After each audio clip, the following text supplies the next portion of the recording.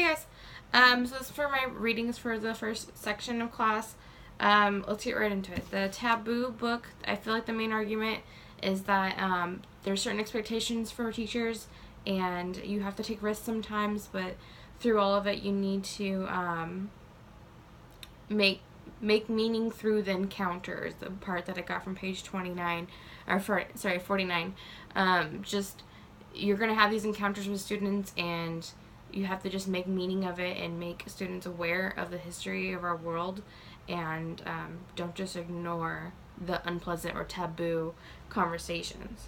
The system of education has changed over time, but there's still sort of that pull of separation, military or prison-like ideas, and the idea of like suppressing the savage, which I feel like is still sort of in play, but not in those words, but being able to bring in students and like teach them these are the rules and this is the thing, and it kind of goes with classroom management, but being aware of the line you might cross of, that's where you're getting a little bit too crazy, and they're still kids, they still need to express themselves and be a little crazy sometimes. They're relevant to my position, high school science.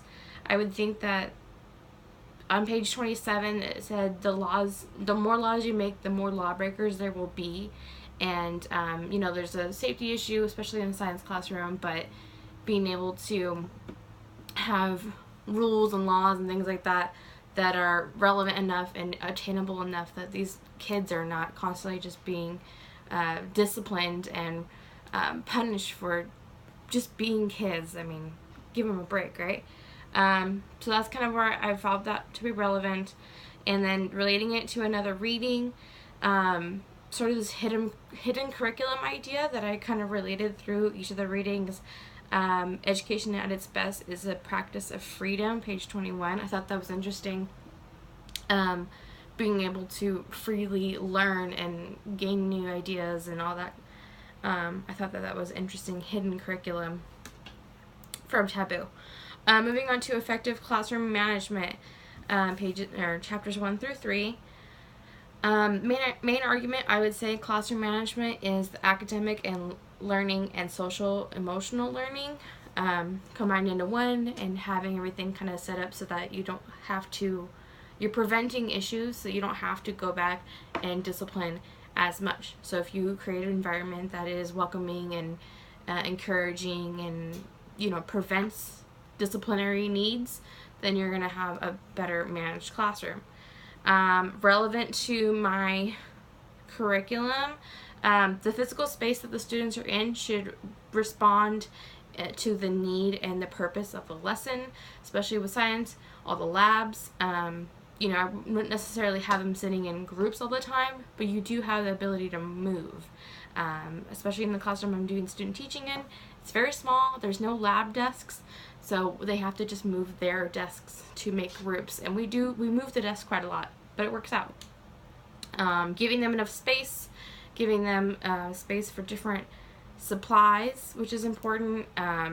Luckily we have cabinets up on the walls so that things are up and out of the way, which is good. Visually pleasing environment, I get it. The next thing, relating it to other readings, again, there's a little bit of a hidden curriculum for me, just having students learning about like personal space, respect for other space. It's a very cramped room that we're in, so I feel like that's important for my situation for student teaching. And then just being able to function in a classroom in a way that is not a hindrance towards your classroom management, but still giving them their personal space and their ability to learn without being distracted by those around them, or being able to learn with those around them. So I thought that was interesting. That's, to me, sort of a hidden curriculum of teaching these students to be mini adults, kind of. Okay, the next book, What Should I Do? I feel like the main argument is that teaching dilemmas are going to happen, and there's no easy answer, but what you need to do is sort of weigh your moral responsibility with your professional responsibility with the curriculum itself. And time after time, we're going to see examples of that being not so easy. which I find this book really interesting, actually. Relevant to myself, finding a professional identity and finding that line between being trusted and being respected by your students and being a form of authority in situations. I don't like being the bad guy, but I will, discipline when necessary. And so that for me is trying to find the best classroom management to avoid discipline when it's unneeded, but also being able to have a situation where students can feel comfortable talking to me, coming to me with questions, coming to me with issues. I want to be a wealth of support for students. So to me, the professional identity is kind of the biggest thing that I pulled out of these two chapters. And then relating it to the other readings, I'm going to kind of go back to the idea of hidden curriculum, the student-teacher relationship. How much is too much? How much is not enough?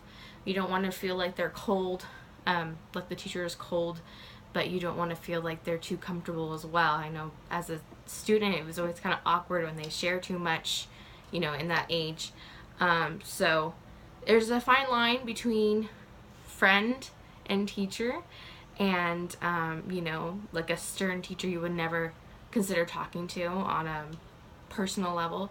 So that to me is kind of the biggest chunk out of this book that I'm going to take away and try to work on and notice more through my student teaching observations and time working with the students.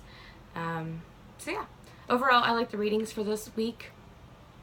Easy breezy readings, it just takes me a long time to read, but I enjoyed them, and yeah, I will see you guys in a couple weeks.